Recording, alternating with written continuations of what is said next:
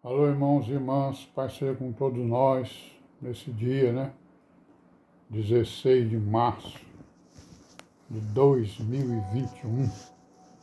Graças a Deus, estamos aqui de novo, continuando aí, com a nossa vida, com a nossa caminhada em direção à Nova Jerusalém, Caminhando por veredas direitas, procurando nos aperfeiçoar nessa vereda, para chegarmos, para ver se nós chegamos, ou chegamos juntamente com as virgens prudentes, aquele grande dia. Então nós estamos vendo aqui, o histórico da igreja, estamos aqui na escrita de Paulo aos Gálatas, epístola, Paramos aqui no versículo 12, não é isso? Capítulo 3. E aí nós vamos aqui, estamos vendo aqui que ele está ensinando, e refutando os possíveis argumentos, que os judeus estavam apresentando contra os argumentos dele. Não é isso? Porque eles estavam pregando Jesus Cristo segundo a lei. Eles tinham crido, mas queriam impor, a lei de Moisés aos gentios. E aí o que aconteceu? Sabemos o que foi que aconteceu, aquela reunião lá de Jerusalém, quando então os apóstolos, concordando com Paulo, os apóstolos escreveram aquela primeira carta, aos cristãos de todos os tempos, dizendo exatamente que a lei de Moisés tem quem o guarde todos os sábados, mas que a graça, pela graça e pelo sacrifício do Senhor Jesus já tinha cumprido as ordenanças da lei. Então aqui no capítulo 3, versículo 13, a gente lê aqui assim, Cristo nos resgatou da maldição da lei, fazendo-se maldição por nós. Porque está escrito, maldito todo aquele que for pendurado no madeiro. Ou seja, então Jesus Cristo, com o seu sacrifício, ele nos dispensou da lei, Ele nos resgatou da maldição da lei, para que a bênção de Abraão chegasse aos gentios por Jesus Cristo, e para que pela fé nós recebamos a promessa do Espírito. Então ele continua aí com os seus argumentos, mas não vamos ler tudo. Ele vai ver aqui no versículo 23, ele vai dizer aqui o seguinte, Mas antes que a fé viesse, estávamos guardados debaixo da lei e encerrados para aquela fé que se havia de manifestar, Não que na lei não tinha fé, mas a fé em Jesus Cristo não, porque ele não tinha vindo ainda, A fé no sacrifício. Aí ele vai dizer no 24 o quê? De maneira que a lei nos serviu de aio para nos conduzir a Cristo, para que pela fé fôssemos justificados. Olha aí, aio quer dizer o quê? Um educador, Então a lei foi um educador para os judeus, não foi para os gentios, Se os gentios se submetessem a ela, também era para os gentios, mas era para os judeus. Era um educador, para os judeus, para que eles se educassem, e quando o Messias viesse, eles pudessem então ser justificados pela fé. Mas aí nós sabemos que aconteceu que eles perverteram, a sua lei, a lei de Moisés. Aí no 25, capítulo 3, 25 ainda. Mas depois que a fé veio, já não estamos debaixo do aio. Então, depois que a fé veio, depois que o sacrifício do Senhor Jesus veio, aí então não estamos debaixo da lei, ou seja, do aio ou da lei. Mas que lei? É a lei moral ou é a lei das ordenanças? Não, a lei das ordenanças, que eram sombras, do sacrifício do Senhor Jesus. Aí ele diz assim, porque todos sois filhos de Deus na fé, pela fé em Cristo Jesus.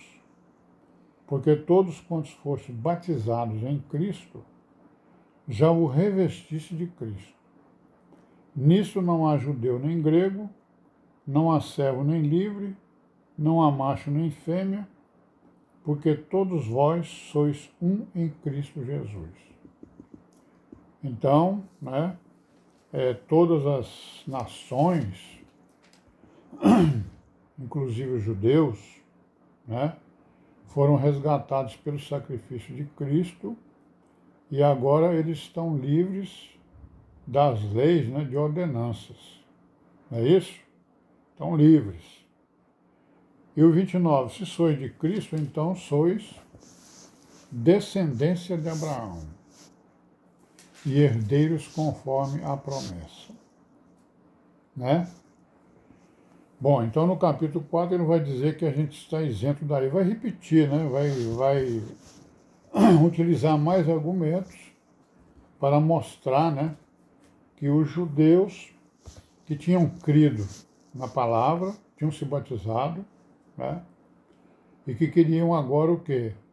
Que os gentios cumprissem a lei de Moisés e que por isso então eles estavam o quê?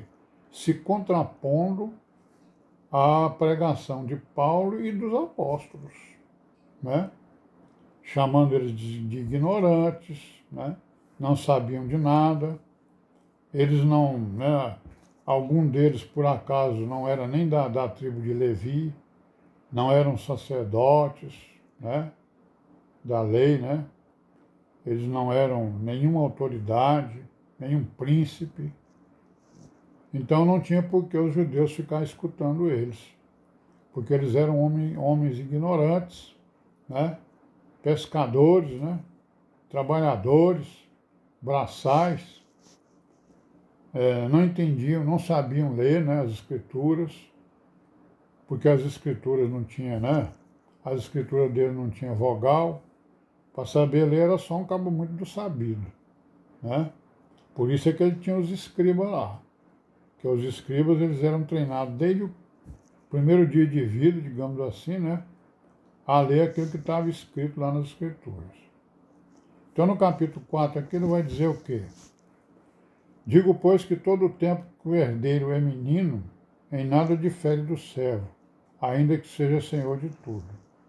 Mas está debaixo de tutores e curadores até o tempo determinado pelo pai.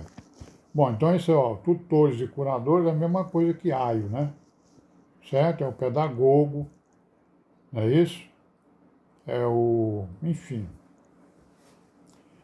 é o educador, né? É aquele que vai educar, né? O educando, digamos. E aí ele vai fazer a comparação aí, né? Entre Sara e Agar, né?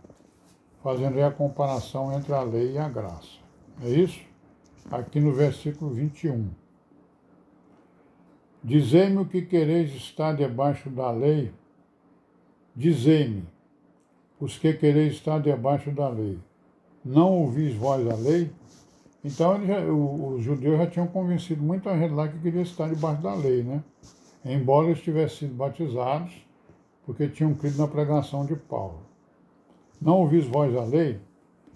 Aí ele diz assim, ó, é o capítulo 4, 21 e 22, aqui, ó, porque está escrito que Abraão teve 2 filhos, um da escrava e outro da livre. Todavia o que era da escrava nasceu segundo a carne, mas o que era da livre por promessa.